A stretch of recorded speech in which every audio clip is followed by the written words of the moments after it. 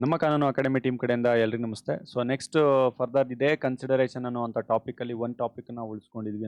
ಒಂದೇ ಟಾಪಿಕ್ನ ಉಳಿಸ್ಕೊಂಡಿದ್ವಿ as per ನಿಮ್ಮ syllabus ಮತ್ತು ಎಕ್ಸಾಮ್ ಪಾಯಿಂಟ್ ಆಫ್ ವ್ಯೂನ ಪ್ರಕಾರ.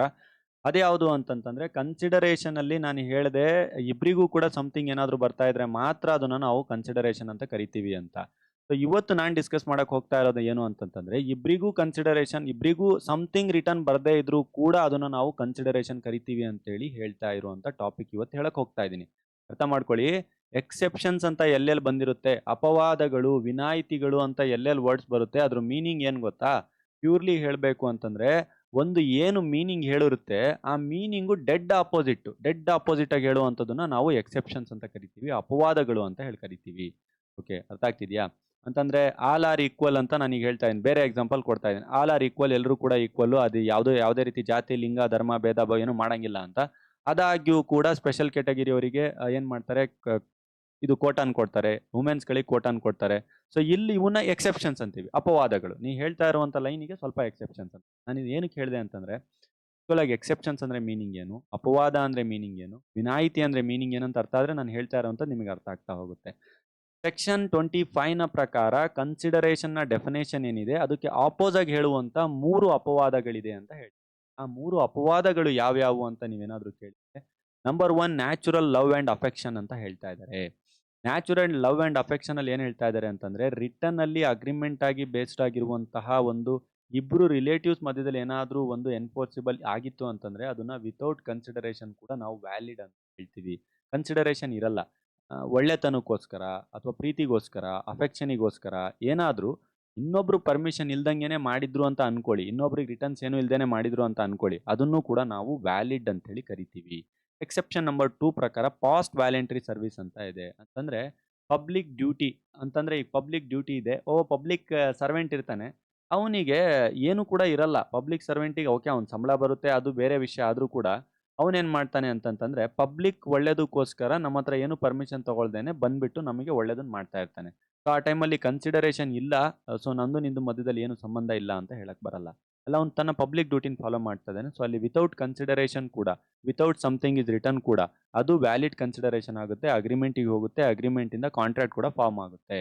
ಟೈಮ್ ಬಾರ್ಡ್ ಆಕ್ಟ್ ಅಂತ ಇದೆ. ಟೈಮ್ ಬಾರ್ಡ್ ಆಕ್ಟ್ ಅಂತಂದ್ರೆ ಒಂದಿಷ್ಟು ಟೈಮ್ ಅಂತ ಕೊಟ್ಟಿರ್ತಾರೆ, ಒಂದಿಷ್ಟು ವಿಷಯಗಳನ್ನ ನೀವು ಕೇಸ್ನ ಫೈಲ್ ಮಾಡೋದಕ್ಕೆಲ್ಲಕ್ಕೋಸ್ಕರ. ಯಾವ ಯಾವ ಸಾಲಗಳು ಸ್ವಲ್ಪ ಮಿತಿ ಮೀರಿದ್ರು ಕೂಡ ಕೊಡ್ಬೋದು ಅಂತ ಕಾನೂನು ಹೇಳುತ್ತೆ, ಅಂಥವುಗಳನ್ನ ನೀವು ವಿತೌಟ್ ಕನ್ಸಿಡರೇಷನ್ ಕೂಡ ಮೂವ್ ಮಾಡ್ಬೋದು ಅಂತ ಎಕ್ಸೆಪ್ಷನ್ ನಂಬರ್ 3 ಹೇಳುತ್ತೆ. ಇದಕ್ಕೆ ಸ್ವಲ್ಪ ರಿಲೇಟೆಡ್ ಕೇಸ್ ಲಾಸ್ಗಳಿದೆ. ಈ ರಿಲೇಟೆಡ್ ಕೇಸ್ ಲಾಸ್ಗಳು ಹೇಳುವಷ್ಟು ಅಂತ ಅವಶ್ಯಕತೆ ಏನಿಲ್ಲ. ಬಟ್ ಎನಿಹೌ ನಾನು ನಿಮಗೆ ಹೇಳ್ತೇನೆ ಮೇಲ್ಮೇಲೆ. ಜಾಸ್ತಿ ಕಾಂಪ್ಲಿಕೇಟ್ ಮಾಡ್ಕೊಂಡು ತಲೆಗೆಡ್ಸ್ಕೊಳಕ್ಕೆ ಹೋಗಬೇಡಿ. ಎಕ್ಸಾಮ್ ಪಾಯಿಂಟ್ ಆಫ್ ವ್ಯೂದಲ್ಲಿ ಇಫ್ ಇನ್ ಕೇಸ್ ಏನಾದರೂ ಕೇಳಿದ್ರೆ ಎಷ್ಟು ಅರ್ಥ ಆಗುತ್ತೆ ಅಷ್ಟೊಂದು ಬರೀಲ್ಲ. ಬೇರೆ ಕೇಸ್ಲ ಅರ್ಥ ಆದರೆ ಅದನ್ನು ಕೂಡ ಬರಿಬಹುದು.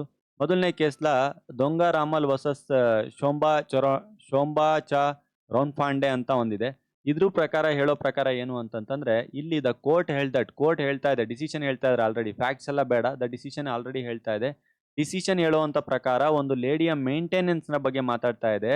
ಸೊ ಆ ಲೇಡಿಯ ಮೇಂಟೆನೆನ್ಸ್ ನ ವಿತೌಟ್ ಪ್ರಾಮಿಸ್ ಅವೆಲ್ಲ ಏನಾದ್ರು ಇದ್ರೂ ಕೂಡ ಅದನ್ನ ನಾವು ವ್ಯಾಲಿಡ್ ಅಂತಾನೆ ಕರಿತೀವಿ ಅಂತ ಹೇಳ್ಬೋದು. ಪ್ಯೂರ್ ವ್ಯಾಲಿಡ್ ಅಂತಾನೆ ಹೇಳ್ತೀವಿ. ಯಾಕೆ ಅಂತಂದ್ರೆ ಲವ್ ಮತ್ತೆ ಅಫೆಕ್ಷನ್ ಇದೆ, ಸೊ ಅದಕ್ಕೋಸ್ಕರ, ಮ್ಯಾರೇಜ್ ರಿಲೇಟೆಡ್ ಇದೆ, ಅದಕ್ಕೋಸ್ಕರ ನಾವು ಒಪ್ಕೊಳ್ಬಹುದು ಅಂತ ಹೇಳ್ತಾ ಇದ್ದಾರೆ. ಮೊದಲನೇ ಕೇಸ್ಲ.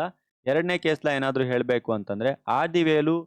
ಎರಡನೇ ಕೇಸ್ಲ ಏನಾದ್ರು ಹೇಳ್ಬೇಕು ಅಂತಂದ್ರೆ ಆದಿವೇಲು ವರ್ಸಸ್ ಹರ್ಯಾಂಚರಿ ಅಂತ ಇದೆ. ಈ ಆದಿವೇಲು ವರ್ಸಸ್ ಹರ್ಯಾಂಚರಿ 25 ಕ್ಲಾಸ್ 3 ನ ಪ್ರಕಾರ ಒಂದು ಸಾಲ ಏನಿದೆ ಅದು ಬಾರ್ ಆಗಿದೆ, ತಡೆ ಹಿಡಿಯಲಾಗಿದೆ, ಮುಗಿದೋಗಿದೆ ಅಂತ ಸಾಲನ ಕೂಡ ನಾವು ಅಕ್ನಾಲೆಜ್ಮೆಂಟ್ ಅಲ್ಲಿ ಕನ್ಸಿಡರ್ ಮಾಡ್ಬೋದು ಅಂತೇಳಿ ಹೇಳ್ತಾ ಇದ್ದಾರೆ.